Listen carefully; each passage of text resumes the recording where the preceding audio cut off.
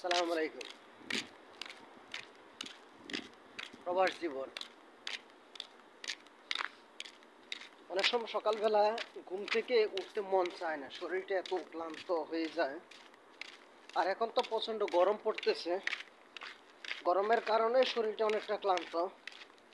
AC চলতেছে, কম্বল গায়ে দিতেছি, কম্বল গায়ে দিয়ে শুইতেছি, অনেক আরাম লাগতেছে। বাইরে হইতে মন চায় না, কম্বলের ভিতর থেকে বাইরে হইতে মন চায় না। কিন্তু এটার নাম তো আর জীবন নয়, বাইর হতেই হবে, কষ্ট করতেই হবে। জীবনটা উপভোগ করতে হলে কষ্ট করতে হবে। আর আল্লাহ নিজে বলছে, আমি কষ্টের পরে সুখ দেব। এখন সকালবেলা ডিউটি যাইতেছি, দেরি হয়ে গেছে।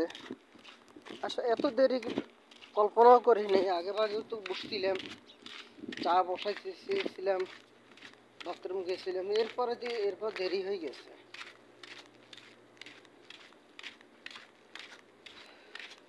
প্রবাস মানে কষ্ট। এখন সম্ভবত 50 ডিগ্রি মতো তাপমাত্রা। এখন সকাল 9টা, সোয়া 9টা বাজে।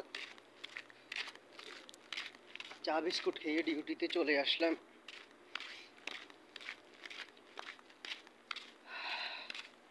খুব রুক্ষ পরিবেশ, প্রচণ্ড গরম পড়তেছে।